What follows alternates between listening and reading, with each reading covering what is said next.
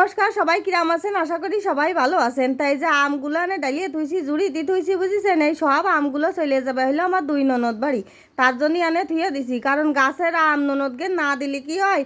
আর হলো অন্যবার 2 সাইডে আম হইলো, তা হলো পাঠাই দিলাম। এইবারও হইলো মেলা আম হয়েছে, ওই জন্যই মেলা আম দিচ্ছি, বুঝেছেন? আর হলো ধরেন গাছের আম সবাই দিয়ে থুয়ে খাতি না পারলে কিন্তু শান্তি লাগে না। আর ওই একা খাবো করলে কি হয়, কোনদিনই সবাইরে দিয়ে থুয়ে খাওয়ার মধ্যেই কিন্তু শান্তি।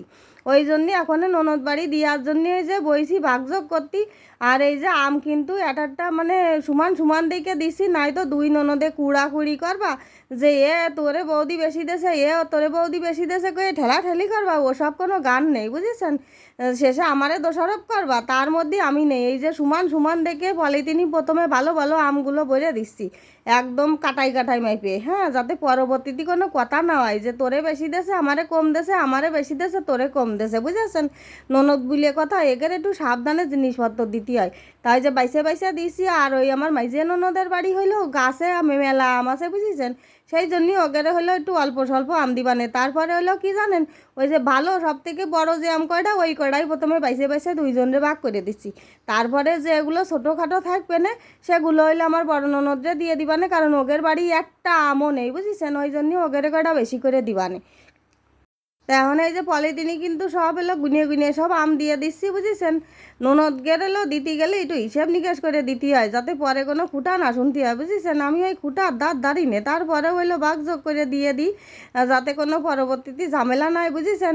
এ ননদগের বড্ড ভয় পাই আমি, হ্যাঁ। তারপরে হলো এই যে এখন আম কিন্তু সব দিয়াই যাচ্ছে। এদিকে আমার বাইক নিয়ে দাঁড়ায় দাঁড়ায় দেখতেছে, এদিকে আমার ননদ ছোটোটাও আছে, ছোটোটা এই যে এই পাশে বসে বসে ভিডিও করতেছে।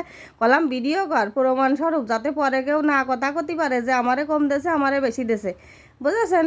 ওই জন্যই কলাম তুই ভিডিও করে রাখ। ওই যেগুলো ফাড়া পচা আছে সেগুলো হলো সাইডে সরাই থিয়ে দিচ্ছি। আর ওই জুড়িতে যে কটা রয়েছে না, ওইটি হলো একদম পাকা, মানে গাছেরতে পাকা অবস্থায় বাড়িছে। কারণ হলো আমার ছোটো ননদ হলো প্রথমে বড় ননদের বাড়ি যাবে, তারপরে হলো মাঝে ননদের বাড়ি যাবে। ওই জন্য ওই পাকা আম কয়টা হলো বড় ননদের বাড়ি দিয়ে দিছি। আর হলো কারণ কি, ওই মাঝে ননদের বাড়ি কবে যাবে না তার ঠিক নেই, জাতি প্রায় 10-12 দিন হয়ে যাবে না, ততদিনই ওই আম ভালো থাকবে না। আর এই আম হলো আটির আম, তো মানে এই আমগুলো কিরামের জানেন, ওই মানে বেশি পাকিয়ে গেলেই খাওয়া যায় না, দেবড়া এ যায়, মধ্যে হলো গুলা গুলা ভাব এসে যায়। ওই জন্যই হলো পাকা কয়টা বড় ননদরা দিছি। আর এদিকে কি জানেন, মাইজে ননদকে বাড়ি মেলা মেলা আম গাছ করলাম না, ওগের আমের অভাব নেই, তারপরেও বাড়ির আম বুলে ওগেরে দিচ্ছি, হ্যাঁ, ওই জন্যই। আর এদিকে কিন্তু সব প্যাকেট করা হয়ে গেছে, বড় ননদের দা এই যে সরাই থিয়ে দিছি। এইবার হলো মাইজে ননদের দা হলো প্যাকেট করবো। এই যেমন হলো পলিথিনের মুখটা বাইন্দে থুয়ে দেবো, থুয়ে বড় ব্যাগের মধ্যে ভরে দেবো। আর হলো মানে আমার ভাগ্নে দেখতেছে আর কছে, মামি এ যে কত আম, মানে কি আপনারা বুঝতে পারতেছেন না যে এই জায়গায় ডালা রয়েছে কত, মানে কি ধরেন 2-3টে আমে প্রায় 1 কেজি আম হয়ে যাবে, মানে এত বড় বড় সাইজের আম, তাহলে বোঝে না কত কেজি আম আছে। তাই এই যে দিয়ে দিচ্ছি মুখ বাইন্দে পলিথিনের দিয়ে। এখন হলো সব ওই যে বড় একটা হলো চটের ব্যাগ আছে, সেই চটের ব্যাগের মধ্যে ভরে দেবো। আর এই যে এই 4-5টা আম হলো আমাদের বাড়ির জন্যই থুইছি, 5টা না মানে 4টে আম থুয়ে দিছি, কারণ হলো বাড়ির গাছের আম তো। আর গাছে যে কয়টা আছে সে কয়টা হলো মানে পাক ধরে পড়ে পড়ে যাচ্ছে, তো ও আর আমরা খুঁটতে যাই না, মানে লোকজনে এসে খুঁটে নিয়ে যায়, সেই জন্যই। আর এই যে আমার ভাগ্নে কিন্তু প্যাকেটের মধ্যে ভর্তিছে, দেখেছেন কীভাবে ভর্তিছে, মানে অনেক ওজন তো।